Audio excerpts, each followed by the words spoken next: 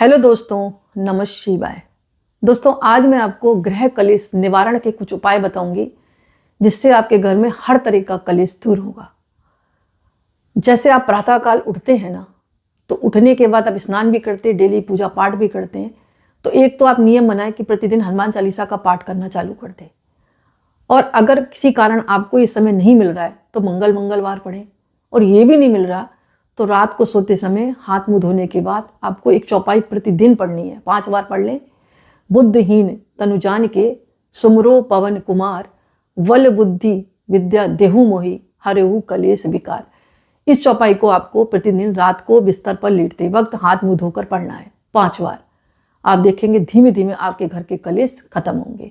वैसे मैंने यहाँ पर एक बात कही है, अगर आपको टाइम मिले तो आप हनुमान चालीसा का पाठ भी कर सकते हैं। ये उस स्थिति में कि आप नहीं पढ़ पा रहे, आपके पास टाइम नहीं है, तो ये चौपाई जरूर कारगर होगी। इसके अलावा घर के पूजा स्थान पर घी का एक पंचमुखी दीपक हर मंगलवार को जलाएं और कपूर और गूगल की सुगंध जो है एक दीवरे में रखकर आपको पूरे घर में फैलानी है। जैसे जैसे ये सुगंध पूरे घर में फैलेगी, आपके घर का निगेटिव जो वातावरण है वो दूर होगा और आपकी घर में शारीरिक व्याधि भी दूर होगी और घर में सुख समृद्धि भी आएगी। अब मैं आपको एक उपाय बताती हूँ। हालांकि ये उपाय आपको होली पर करना चाहिए था, पर कोई बात नहीं।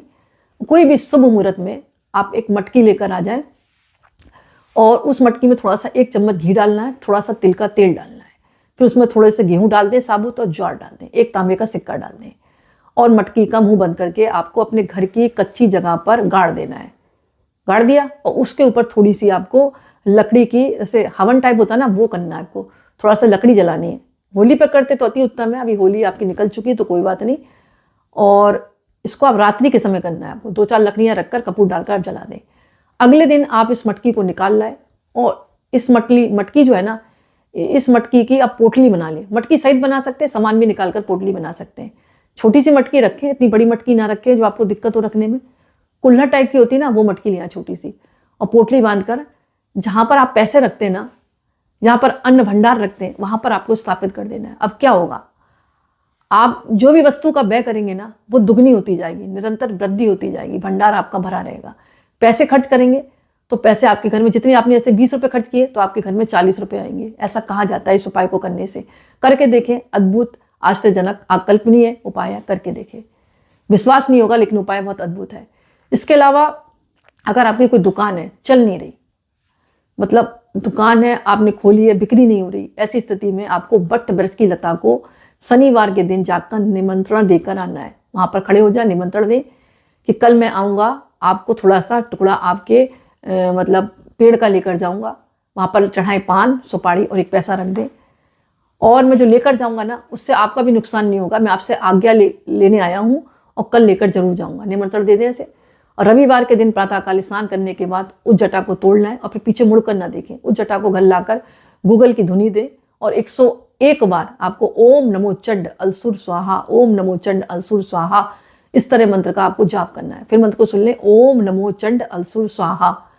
और फिर इसको जो आप लता लाए ना, इसको फोल्ड करके लाल कपड़े, पीले कपड़े में बांधकर अपनी दुकान पर स्थापित कर दें। बस इतना काम करना है। आप देखेंगे आपकी दुकान चलेगी और निश्चित ही चलेगी अगर आपने श्रद्धा भक्ति विश्वास के साथ उपाय किया। एक बात ये भी होती है कि आप व्यापार चला रहे हैं, आपका व्यापार चल नहीं रहा है, मन नहीं लग रहा, और काफी पहले चल रहा था, अब एकदम से घाटा होने लगा। ऐसे में सोमवार को एक अंगूठी चांदी की आप ले आएं और गंगा जल से धोकर गाय के दूध में डुबोकर उसमें थोड़ी सी शक्कर डालें, तुलसी के पत्ते डालें और कोई सफ़ेद फूल डाल दें। और इसके पश्चात स्नान करने के बाद अपने इष्ट देवता का ध्यान करने के बाद इस अंगूठी को अपनी उंगली में धारण कर लें। अनामिका में भी धारण कर सकते हैं, अदरवाइज जो भी उंगली में आप पहनना चाहें आप पहन लें। बस एक बाउंडेशन की बात यह है कि सोमवार को अगर भगवान शिव आपके इष्ट देवता हैं तो आपको पूजा में तुलसी के पत्ते उपयोग में नहीं लाने हैं। भगवान विष्णु की पूजा में आप तुलसी के पत्र उपयोग कर सकते हैं। बाद में इस अंगूठी को धारण करें, आपका व्यापार में बहुत लाभ मिलेगा। इसको धारण करके रखें आप। इसी प्रकार आपके घर में कन्या है, शादी में बहुत ज़्यादा दिक्कतें आ रही हैं, एज हो गई है, रिश्ता आता है तय नहीं होता, या कोई अड़चन आ जाती है, ऐसे में उस कन्या से कहें गुरुवार के दिन प्रातःकाल नहा धोकर बेसन के 109 लड्डू बनाए और अपने हाथ से बनाए।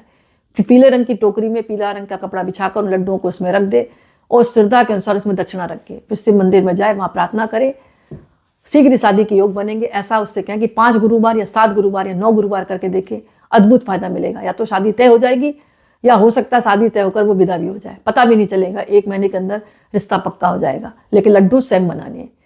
इसके अलावा एक काम और कर सकते हैं, जैसे पति पत्नी में बहुत ज़्यादा मतभेद रहता है, तो ऐसी स्थिति में क्या करना है, पत्नी को अपनी तकिया के नीचे मतलब कपूर रखकर सोना है और पति को मतलब उनकी तकिया के नीचे सिंदूर रखकर सोना है। प्रातःकाल उठकर स्नान करने के बाद, यह काम बिना स्नान किए भी किया जा सकता है, उठकर जो पति है वो पत्नी की तकिया के नीचे का जो कपूर है वो घर के बाहर जला दे और पत्नी जो है पति के नीचे जो सिंदूर रखा है उस पुड़िया को निकाल के पूरे घर में छिटक दे।